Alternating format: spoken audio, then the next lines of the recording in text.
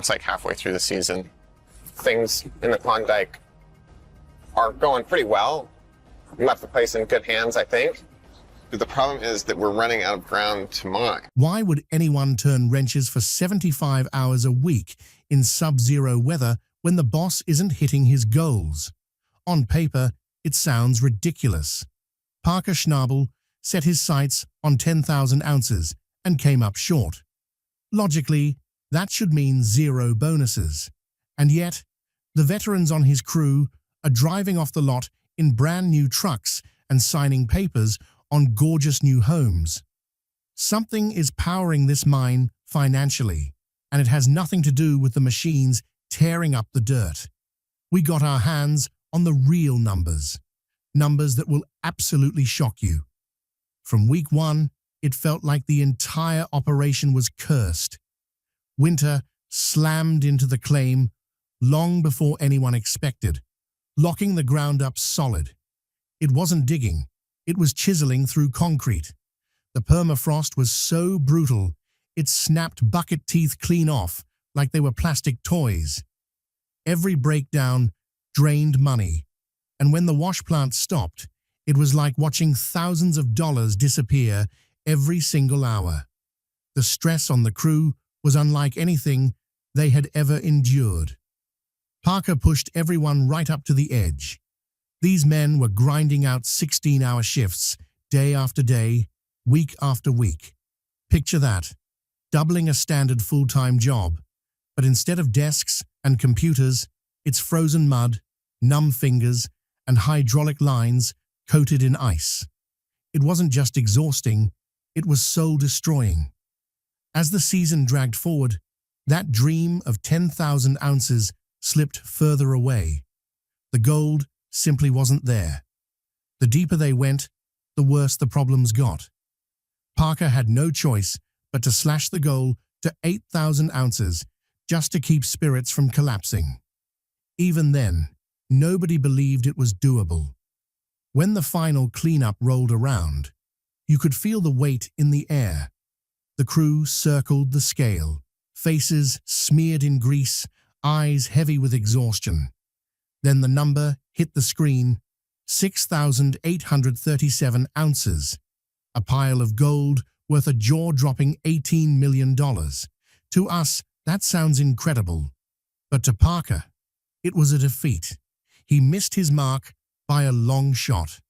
The crew's expressions told the whole story. They were crushed. They gave up sleep, health, and family time for a goal they never reached. Most people assumed that meant small paychecks.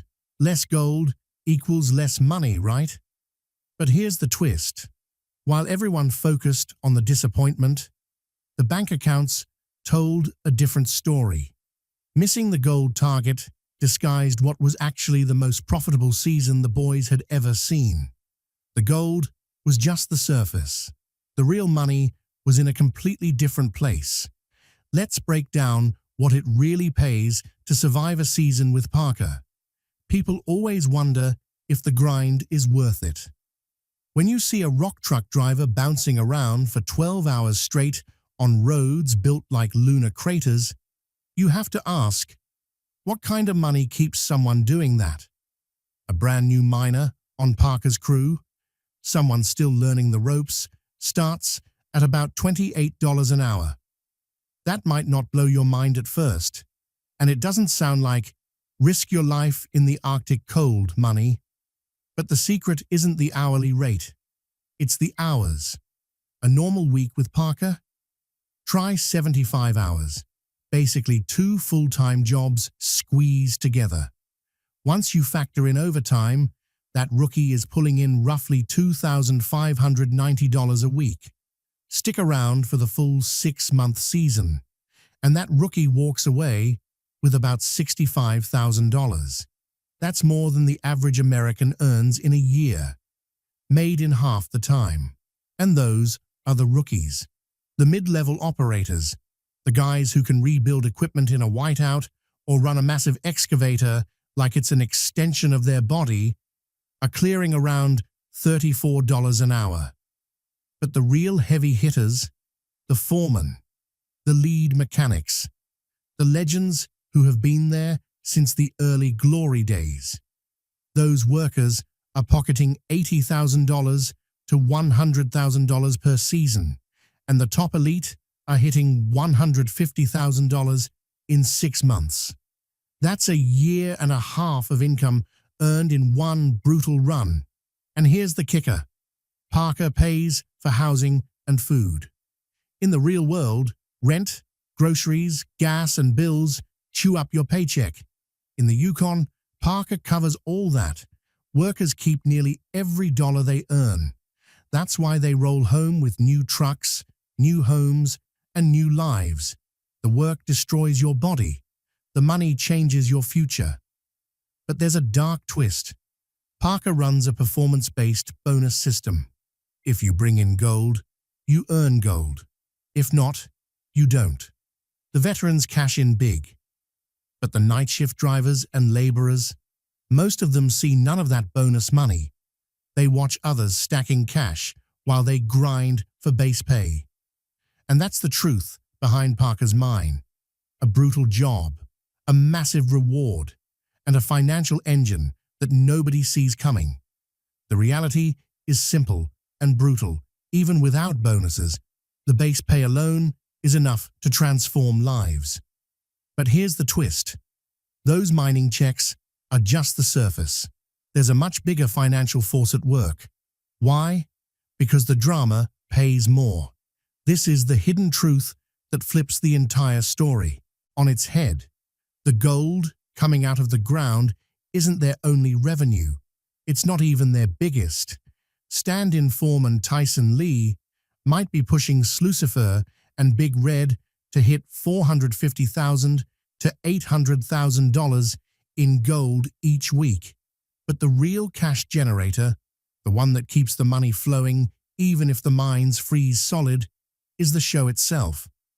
Gold Rush isn't just a mining operation. It's a global hit. And the miners aren't just workers. They're celebrities. Most viewers assume gold is the only fuel keeping the operation alive. Not even close. Being featured on the Discovery Channel's flagship show comes with paychecks that make their mining wages look tiny. And the numbers, they're unbelievable. For top dogs like Parker Schnabel, Tony Beats, and Rick Ness, the pay per episode is massive. Industry whispers say they pull in $25,000 to $30,000 every single episode. Now multiply that by a standard 20-episode season. That means Parker could earn over $500,000 a year just for having a camera crew follow him around. That's guaranteed income. It doesn't matter if the equipment breaks. It doesn't matter if clean-out numbers fall flat. As long as filming continues, the checks keep landing. And it's not only the bosses who get paid. Familiar crew members, the faces fans recognize every week, also earn TV money. Some reports suggest that key cast members bring in around $10,000 per episode. Across a full season, that means between $200,000 and $600,000 in TV earnings alone. And that's on top of their mining salaries. Suddenly, the disappointing clean-out totals from season 15 don't seem so devastating. They may have missed their gold targets, but their bank accounts didn't miss a thing. This second income stream changes the entire way we view the show. Yes, the pressure to dig gold is real. It drives the storyline and affects bonuses. But the financial safety net behind the TV show allows the crew to gamble big and recover fast. Remember when Parker dropped $15 million on the Dominion Creek property and everyone thought he'd lost his mind? People said he was risking everything. But was he really?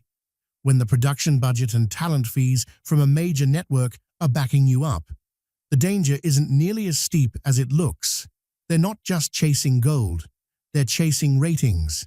And for Discovery, ratings are worth more than any nugget. Every breakdown, every argument, every freezing night, it all turns into compelling television. And compelling television pays better than gold dust. This creates a weird double reality. The crew wants gold for pride and bonuses, but the show needs conflict and chaos to stay successful. It's a constant balancing act between being skilled miners and being entertaining personalities. And through all of this, Parker's personal success puts everyone else's earnings in perspective. Step back and really think about Parker's rise. He wasn't just born into success. He turned his grandfather's legacy into an empire before he even hit 30. Industry veteran Mitch Blaschke once said, "He started with Parker when the operation was basically nothing but a dozer. Now, it's a massive enterprise." But the major turning point? Season 9. That was the year Parker didn't just succeed. He rewrote the record books. Over 7,400 ounces of gold, a haul worth more than $8 million, and the momentum never stopped. The next season topped $10 million. Then came the shutdown year when the world froze, but Parker didn't. His crew delivered over 7,500 ounces worth $14 million. Those numbers are staggering. So how much does Parker actually pocket? Estimates suggest his mining income alone could sit between $600,000 and $1 million per season. But that's just one piece of a much larger machine. Add his discovery salary, add sponsorship deals, add merchandise, add royalties, add speaking gigs, and his net worth climbs to more than $10 million, all before hitting 30. Pretty unreal until you remember the flip side, the burden of the gamble. People see the money, the fame, the success, but behind every season is crushing risk, fuel, land leases, heavy equipment worth millions, repairs, maintenance, payroll. It all falls on Parker first. If the season tanks, the workers still get paid, the show still airs, the network gets what it needs. But Parker, he could lose everything. That's why his crew is loyal. It's not just the money, it's respect. They follow him because he puts his neck on the line every single year. Now, we look ahead to season 16. The big question, can they do it again? The checks they just cashed prove that the system works. The money is real. The safety net is massive. And once you get used to earning 6 figures in half a year, how do you ever go back to a regular job? So now that you know the truth, that the crew makes huge TV money even when the gold count crashes, does it change how you watch Gold Rush? Is this still mining? Or is it just wildly profitable drama in the mud? The mining world can seem brutally unforgiving. But here's the surprising twist. Even without bonus payouts, the steady wages alone are enough to reshape a person's entire financial situation. And yet that paycheck is only the surface layer. There's a much bigger force hiding underneath the mud, ice, and machinery. Most viewers think the crew makes money solely from gold, but the truth is far more explosive. The real reason the team earns huge money, even when the gold numbers dip, comes from something most people never consider: the story, the show, the drama. This one hidden element flips everything upside down. Yes, foreman Tyson Lee might be pushing the wash plants to squeeze out as much gold as physically possible, somewhere around $500,000 to nearly $1 million each week. But that's not what keeps the operation financially safe. The real steel foundation of this empire is the television series. Gold Rush isn't just a job site. It's an entertainment machine with millions of followers around the globe. The crew members aren't simply workers anymore. They're household names. Most fans see gold as the lifeline of the mine. But that's not how the bills get paid. Being featured on one of the most successful shows on the Discovery Channel means paychecks that tower over their standard mining wages. And the numbers behind the curtain are jaw-dropping. Insiders say top personalities, like Parker Schnabel, Tony Beats, and Rick Ness, make somewhere in the ballpark of $25,000 to $30,000 per episode. Multiply that by roughly 20 episodes in a typical season, and Parker could be pulling in more than $500,000 just from being filmed. That income doesn't depend on cleanouts, weather, breakdowns, or luck. It arrives whether the gold is flowing or not. And this isn't limited to the bosses. Core crew members, the operators and mechanics fans recognize instantly, are believed to earn roughly $10,000 for each episode in which they appear. That means a single operator could be collecting between $200,000 and $600,000 in television earnings per season. Add that on top of their mining salary, and suddenly the financial picture of a bad gold year looks a whole lot brighter. Season 15 may have missed its target by thousands of ounces, but nobody had to panic about their bank account. This second income stream completely changes the meaning of the show. The workers still want the gold. Winning matters, bonuses matter, reputation matters. But the network income gives everyone a cushion. It explains why Parker was willing to spend millions of dollars acquiring Dominion Creek. Spectators called it reckless.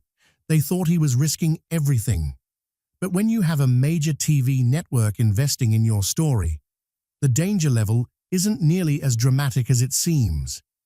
They aren't just searching for gold nuggets. They're searching for compelling television moments, and every challenge adds value. Equipment failures, good television, personality clashes, even better television, long nights in sub-zero temperatures. That's the stuff viewers remember. Drama, struggle, triumph, exhaustion, all of it translates into ratings, and ratings translate into cash. That creates a unique tension inside the crew. On one hand, they want to run the mine efficiently and professionally. On the other hand, they know the show thrives on conflict and chaos. It's a balancing act unlike any normal workplace. At the center of this story is Parker Schnabel, who transformed a family legacy into a multi-million-dollar empire before most people his age finished college. His breakout moment came in season 9, when he pulled over 7,400 ounces from the ground, more than $8 million worth. The following year broke the $10 million mark. Then came the season when the world shut down, yet Parker's mine still produced over 7,500 ounces, worth around $14 million. So what does Parker personally make? Reports suggest his mining profit alone falls somewhere between $600,000 and $1 million per season. Add the television money, sponsorship deals, merchandise revenue, paid appearances, and other business ventures, and his estimated net worth rises beyond $10 million, earned before reaching age 30. But behind the success is tremendous risk. The machines, the repairs, the land leases, the fuel, the payroll, every major cost comes out of Parker's pocket before the gold comes in. If a season collapses, the camera crew still gets paid. The miners still get paid. The network still gets content. But Parker could walk away empty-handed. That's why his crew respects him. They know he steps into the danger first. Now the countdown begins toward season 16. And the biggest question is, can they repeat the magic?